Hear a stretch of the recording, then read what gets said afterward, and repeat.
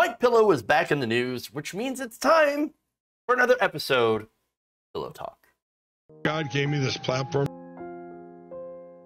I already know I'm going to win. China did our vote. Biden and Harris would say, hey, we're here to protect the country, and resign. Mike Lindell's a conspiracy. But you haven't. Just forget about the evidence. This was attacked. MyPillow CEO Mike Lindell recently went on the Jim Baker show. So Jim Baker, of course, is this weird end times pastor, loves to sell food buckets and share conspiracies, of course. And Lindell shared his story of how he believed that the Trump government, the government, was going to murder him. Take a look. Absolute proof. Let me tell you the key part of that. That's probably the only time where I had a little fear and I had to pray, get on my knees and pray to God.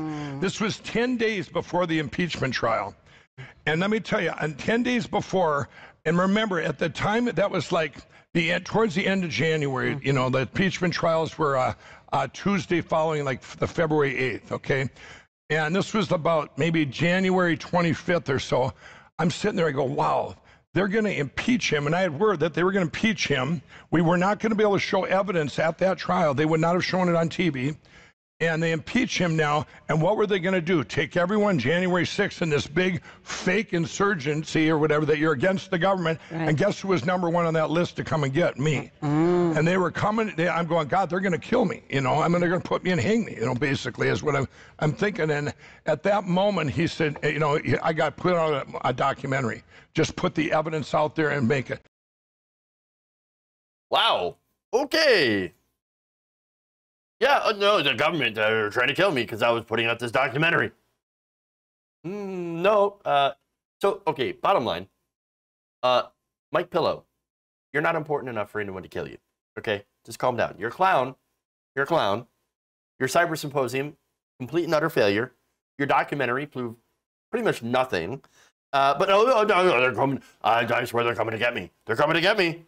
Who's coming to get you? You realize at the time that he was rushing to get this documentary out, Donald Trump was still president of the United States. His government was literally still in power. And that's not just the only thing that was comically wrong with this entire thing. For one, he gets the facts wrong. Big surprise, right? So now, for one, Donald Trump was impeached, but not convicted or removed because it wasn't a criminal trial, a political trial. And of course, all the Republicans denied reality and said, I don't care what Donald Trump did. I don't care about that he fomented an actual insurrection during January 6th. Yes, that 600 people had been arrested so far, have been arrested and charged in, okay, and we've even have some pretty high profile convictions as well. But yet, oh no, some big made up thing, and the government said they were going to come after me, and because I was going to present all evidence of the trial, but they wouldn't let me. Again, political trial. Why would you need to present evidence of voter fraud at a non-criminal political trial that was about Donald Trump inciting an insurrection? Now, by the way, that political trial only carried the penalty of removing him from office, which he had already been voted out. But you could do something called the 14th Amendment, which would prevent him, of course, from being able to run and seek office again, which the Democrats didn't even do. There was no trial that you could commit your so-called evidence of voter fraud in front of Congress, especially since you're not even a lawyer, you're a pillow salesman. You weren't involved in the impeachment trial whatsoever. The man has no idea how this works, which again, is not really shocking, okay? And the reason, of course, is because Mike Lindell is basically, he's a child, mentally. And I'm saying, he's very, very childlike. And actually is easily manipulated into believing insane things. How do I know that? Well, recent report, an investigative report from TYT Investigates, actually. So they have been putting up a series on Mike Lindell and really the family. So now who's this? This is family, right? Well, it's this family that convinced Mike Lindell that he was some sort of weird prophet being on a divine journey that ended up with with him meeting Donald Trump. So now, again, this was not divine intervention. It was actually thanks to the family. Now, the family is the shady group behind the National Prayer Breakfast, which both Democrats and Republicans go to. It's this, big thing. Oh, it's the prayer breakfast. We're going to go to the prayer breakfast. Now, the people that are behind the prayer breakfast, again, this family, which sounds like a mafia group, which essentially, I guess, it's a conservative group that bankrolls a lot of different, very, very conservative causes, anti-gay causes, anti-LGBT. So if you're President Obama and you go to the prayer breakfast, or if you're a Democrat, and a lot of them do, who go to these prayer breakfasts, you are supporting this. You are supporting this group. So you might want to find out who they actually represent, who this group actually is. And of course, we know. So now, before the prayer breakfast, Lindell, who is a former crack addict, was actually funding charities to help get people off drugs. So that was like way back in the day.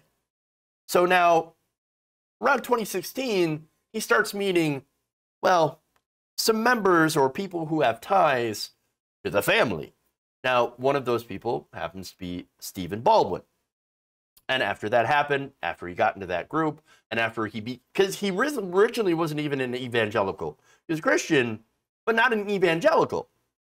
And so back in the day, he actually used to make a little bit more sense and used to actually do some, fund some things that helped the former, addicts like himself get and stay clean and hire them to do the MyPillow stuff. Now, after 2016, after this family's involvement, that's when he went off the rails. And a lot of his money shifted from going to these causes to help, people who are addicted to drugs and going into funding conservative causes. Now, look, some of the stuff that he funds actually does do some positive things, but there's always that conservative religious angle to it that is, tacked alongside actual legitimate help for people who are going through a rough time. So that said, right, this group basically convinced Lindell to start believing that he was a part of some weirdo grand prophecy. In fact, in June, Lindell told it this way. This is his own words. In that room, we were praying. So again, this is where he was meeting with members of the family. Ben Carson was there, and a guy in there prophesied in there. He said, 2 of you in this room are going to become great friends and change the course of history. And Ben Carson and I are great friends. And he said, I'm sitting there though, and they're praying, and he's saying that I go. If one of them's me, who would the other one be? And this thing started happening to me. So, and then on, of course, and I've showed you videos before when he was on the David Pakman show, of course, and he was saying, well, it can't be a coincidence. All this stuff kept happening. And of course, it's divine providence. And it all led me to Donald Trump. And of course, that happened to not be the case at all.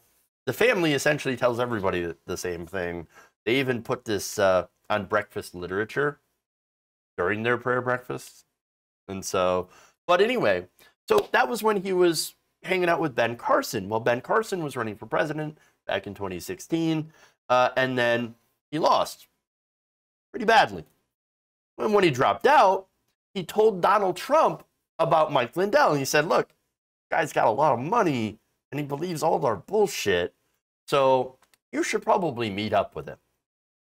And then, of course, Lindell was convinced that his meeting with Trump was, once again, divine providence.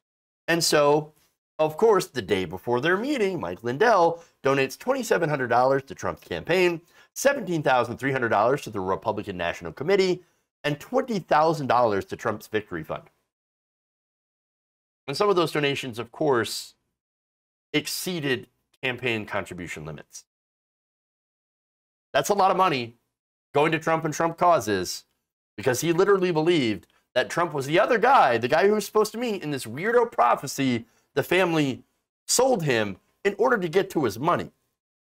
In fact, a source close to the family told TYT this, quote, this is Jonathan Larson reporting, "Those guys were always hunting a big fish like a Mike Lindell that would support their stuff.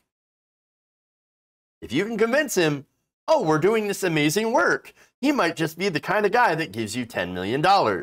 Or he might be the kind of guy that puts you on his charitable foundation board and gives you a salary." And that's, of course, exactly what happened. But when you look, in 2016, the Lindell Foundation, one of Mike Lindell's charities, had no board members. Now, of course, he says, well, I'm not involved. I haven't done anything with this charity for a long time.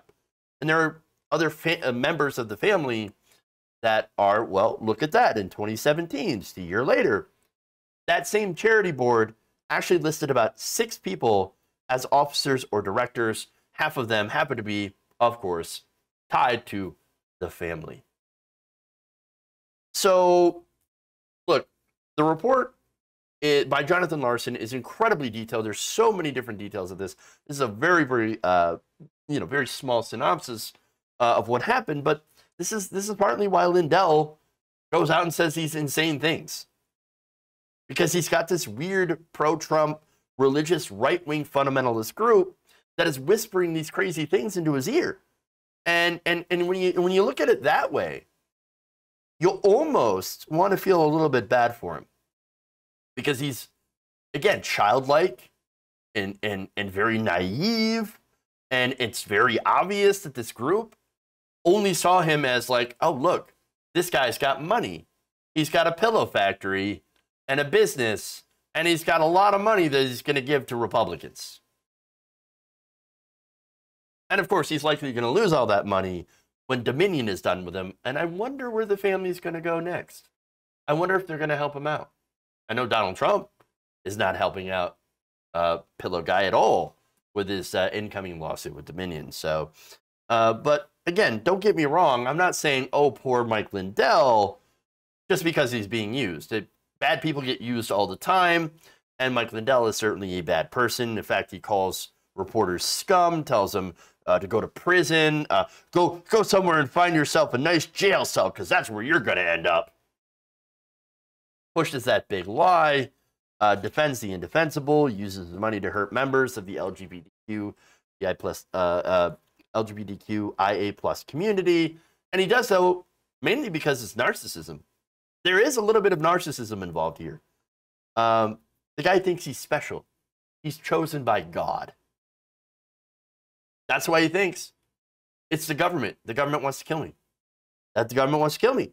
Because I know the truth. I know the real truth. I am the prophet. I am a disciple of Jesus Christ. Insanity.